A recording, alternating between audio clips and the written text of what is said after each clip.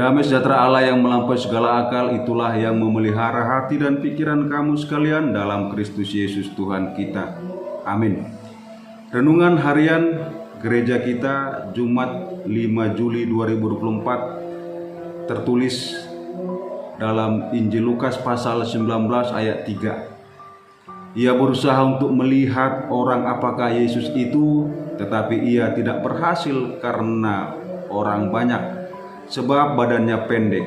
Dalam bahasa Batak, di Pangido rohana naik idona rupani Yesus alai daktar bahasa sialana torobi ai pardaging namet metibana. Demikian firman Tuhan.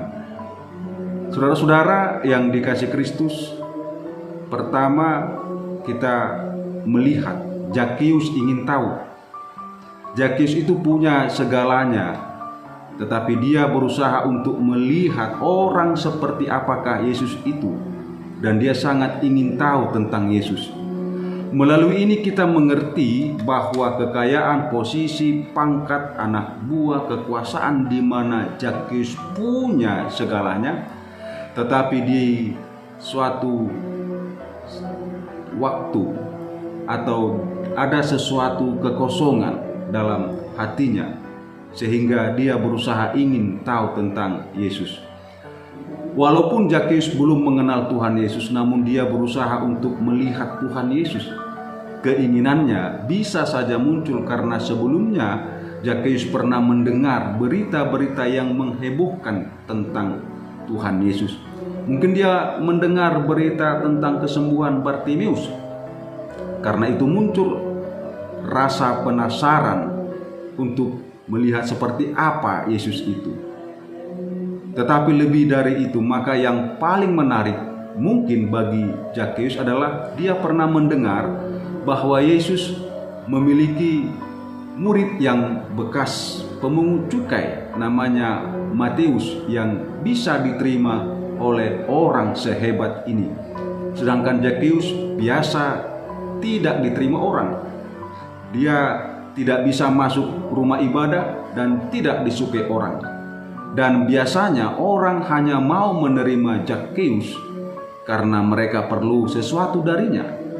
Sebab itu Zakheus berusaha untuk melihat Yesus, tetapi dia gagal karena orang banyak menghalangi dia.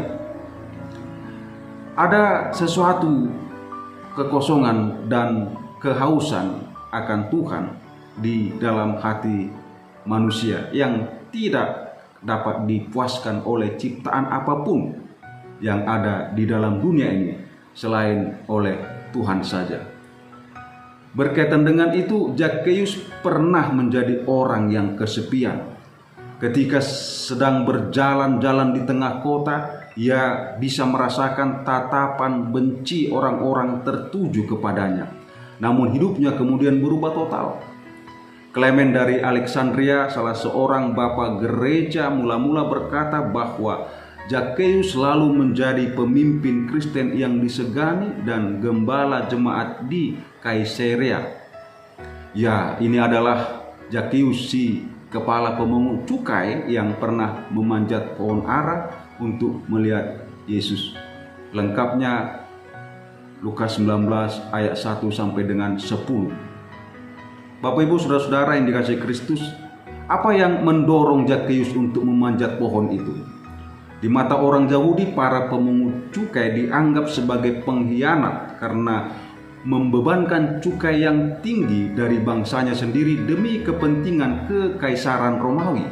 Namun Yesus dikenal luas, senang menerima orang-orang seperti para pemungut cukai. Zakheus sendiri mungkin bertanya-tanya apakah Yesus mau menerimanya juga. Akan tetapi karena badannya atau perawakannya yang pendek, ia tidak berhasil melihat Yesus di antara kerumunan orang banyak. Mungkin tujuannya memanjat pohon itu memang untuk mencari Yesus. Sesungguhnya Yesus pun sedang mencari Zakheus. Ketika Kristus tiba di dekat pohon yang dipanjat Zakheus, dia melihat ke atas dan berkata, "Zakheus, segeralah turun, sebab hari ini aku harus menumpang di rumahmu." Selengkapnya kita bisa baca ayat 5.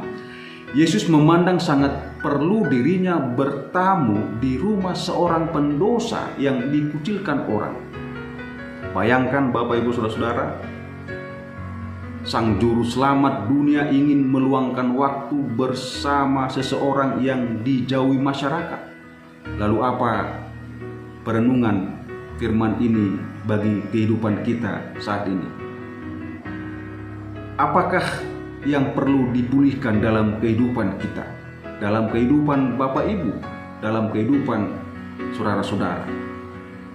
Entah itu hati, hubungan, atau hidup kita. Sama seperti Zakheus, kita boleh berharap kepada Tuhan Yesus tidak akan pernah menolak saat kita datang kepadanya. Dia sanggup memperbaiki apa yang telah rusak, memulihkan yang terhilang, dan memberikan arti dan tujuan baru bagi hidup kita. Amin. Kita berdoa. Terima kasih Tuhan, kami sudah disapa dan disegarkan firman-Mu.